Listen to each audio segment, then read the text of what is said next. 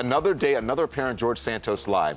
New York's new Republican congressman has repeatedly claimed that his mother was in the South Tower of the World Trade Center on 9/11.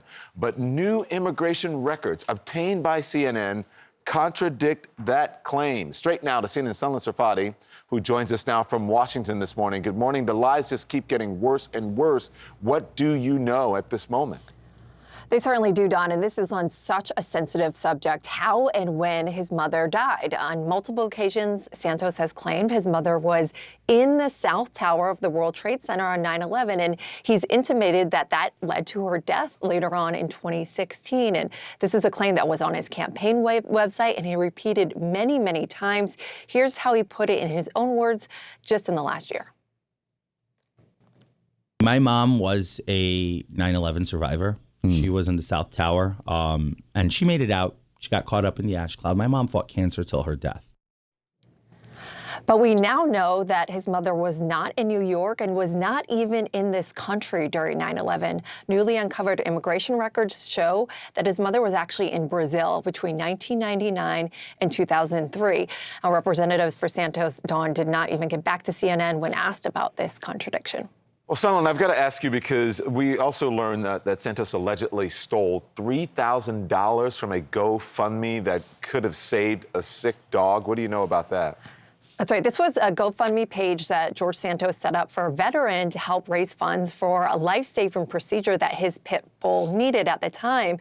And the owner of the dog, as well as another veteran, they're saying now that they never saw that money. They never received the $3,000 that they said was raised for this dog. And the veteran says when he tried to go and access the funds, Santos was uncooperative in getting him the money. And they've produced these text message exchanges with Santos, one where they accuse him directly at the time of running a bogus charity.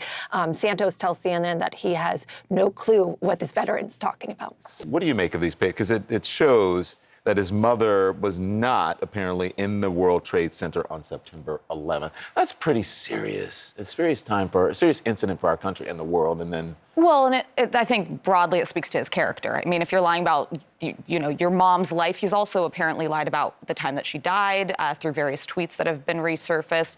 He's a dishonest person. I'd say he's a bit of a con artist, but, he's like the gift that keeps giving in terms of it's kind of funny sometimes. It's very serious. From a national security perspective, this guy is ripe for adversaries to exploit. Like Scott and I, when we were going into government, we go through the SF-86 process. They look into who you lived with. They talk to old roommates, all your old employers, to know that you're not somebody who could be blackmailed or subject to corruption. We don't do that with elected officials. It's a little bit different. The primary basically does that. And this is a person who is ripe to be a target for blackmail and exploitation. And now he's serving in Congress, and that's dangerous. This is a person totally unequipped to be there. And the thing is, so now he's lied about 9/11. He lied about the Holocaust. He lied about the Pulse nightclub shooting. He's lied about these really serious things. And I think the thing is, this is a consistent thing that he has said about his mother and 9/11. And he, as he's been caught in some of these lies, has removed some of them from his campaign website. But as of last night, this one about 9/11 was still on there. You ever meet people who lie so much and so long about so many, they begin to not be able to tell the difference? Yeah, that's this guy I know named Scott Jennings. Sorry, Trump. Lee. But you know what I mean?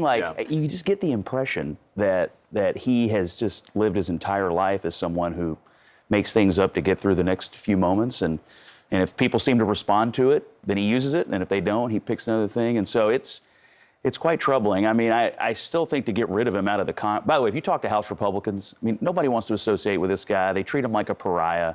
I think to get rid of him, it would be good. Do they though? Oh yeah. He just got picked. He was just put on a committee. Yeah. The two worst committees that nobody wants to be on. They stuck him in the dark corner. I don't know if he believes that. I have sources that don't think that he. How would he know? I mean, how would he know what's a terrible committee? I mean, they stuck him off in the corner. A committee, the ethics committee, these prosecutors, these people that are looking into him. To me, I think the minute somebody comes back and says, "Yeah, we've sort of validated all these accusations, and we can now document without question." Either he has campaign finance problems or, whatever it happens to be, that'll be the trigger for them. But won't it go from a person majority to a 3-person majority, which is something that Kevin McCarthy doesn't need. Probably why they're sticking with him right now. The main reason that they're sticking with it right now. I just want to ask you, you've worked in government, but you have been a strategist, right? Correct? And an advisor. What would your advice be to Kevin McCarthy right now and to Republicans in Washington as it relates to George Santos? Two-part plan. One, essentially put him in timeout, which I think they've basically done. And two, they really do need to support the ethics committee moving as quickly as possible to document this person's problems so that they can then use that as the underpinning to toss him out.